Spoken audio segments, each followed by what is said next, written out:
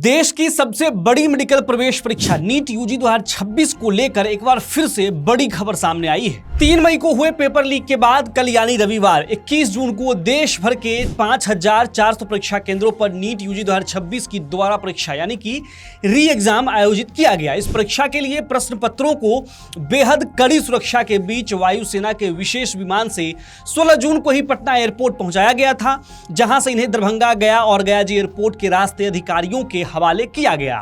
कड़े सुरक्षा इंतजामों के दावों के बीच बिहार के लखीसराय से एक बार फिर परीक्षा व्यवस्था को हिला देने वाला बेहद चौंकाने वाला खुलासा हुआ, जहां पुलिस ने एक बहुत बड़े सॉल्वर गैंग का पर्दाफाश किया है। लखीसराय पुलिस की जांच में यह बात सामने आई है कि असली परीक्षार्थियों की जगह परीक्षा देने के लिए मेडिकल छात्रों ने 30 से 40 लाख रुपए में भारी भरकम सौदा तय किया था। पुलिस ने इस मामले में तत्परता दिखाते हुए राज्य के उच्च विद्यालय Hasanpur, KRK higher secondary school और केंद्रीय विद्यालय परीक्षा केंद्रों पर ताबड़तोड़ छापेमारी की। इस छापेमारी के दौरान पुलिस ने सॉल्वर गैंग के मुख्य सरगना अर्पित राज समेत कुल 24 लोगों को गिरफ्तार किया है। गिरफ्तार किए गए आरोपियों में पटना मेडिकल कॉलेज यानी PMCH, गया मेडिकल कॉलेज, एम्स रायबरेली और बनारस हिंदू यूनिवर्सिटी यानी BHU के नामी मेडिकल छात्र शामिल हैं।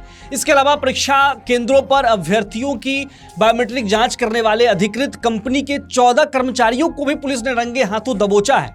लखीसराय की SP प्रेरणा के अनुसार पकड़े गए सभी आरोपियों के पास से मोबाइल फोन और कई अन्य महत्वपूर्ण और आपत्तिजनक दस्तावेज बरामद किए गए हैं। इस पूरे मामले का सबसे हैरान करने वाला पहलू सॉल्वर गैंग के सरगना अर्पित राज का इतिहास है। अर्पित राज से पहले भी केंद्रीय जांच ब्यूरो यानी CBI ने नीट परीक्षा से जुड़े मामलों में लंबी पूछताछ कर चुकी है। साल 2024 में हुए चर्चित नीट पेपर लीक मामले की जांच के दौरान भी CBI ने अर्पित को हिरासत में लेकर कई बार कड़े सवाल जवाब किए थे। वहीं इस ताजा कार्रवाई में लखीसराय के अलग अलग परीक्षा केंद्रों से पुलिस ने कुल 9 संदिग्ध मुन्ना भाइयों को गिरफ्तार किया है, जो स्थानीय निवासी बताए जा रहे हैं। इनमें KRK विद्यालय परीक्षा केंद्र से 1, हसनपुर विद्यालय से 1 और केंद्रीय विद्यालय से रिकॉर्ड 7 संदिग्धों को पकड़ा गया है। जांच में यह भी खुलासा हुआ है कि हाजीपुर का रहने वाला मयंक, जो PMCH का ही एक मेडिकल छात्र है, उसने बायोमेट्रिक जांच करने वाली कंपनी के एक भ्रष्ट कर्मचारी से सांठगांठ की थी। मयंक खुद उस कंपनी का फर्जी कर्मचारी बनकर हसनपुर परीक्षा केंद्र के भीतर घुस गया था,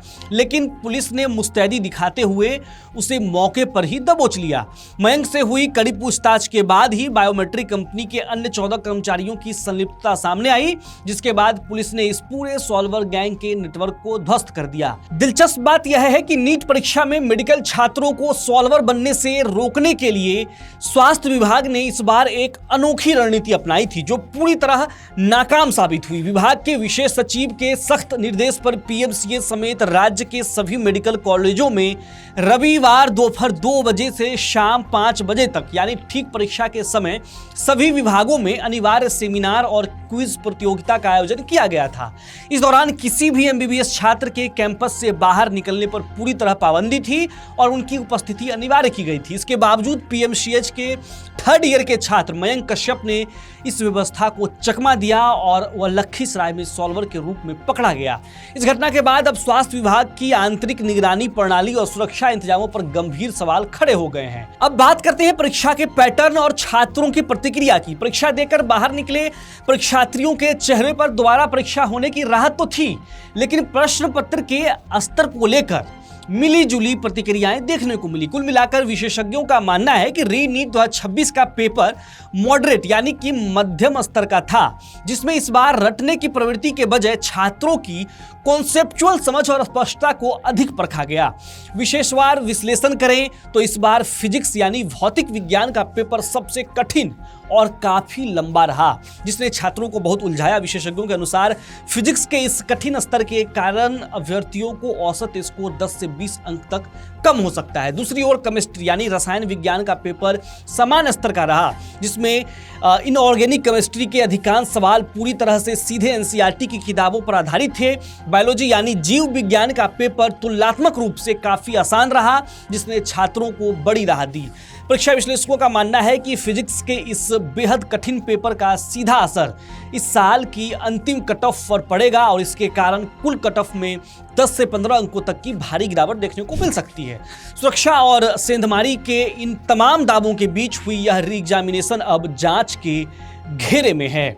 यानी कि एक बार फिर से बड़ी खामी देखने को मिली है। सॉल्वर गैंग फिर से एक्टिव था बट लेकिन पुलिस ने उसे गिरफ्तार कर लिया है। लेकिन हालांकि जांच का विषय है कि ये मामला कहां तक पहुंचा, सॉल्वर गैंग कहां तक सेंधमारी कर चुके थे। हालांकि आप क्या सोचते हैं इस खबर पर, अपनी राय कमेंट बॉक्स में लिखिए। चैनल को सब्सक्राइब कीजिए और देखते रहिए विट्टी चोखा।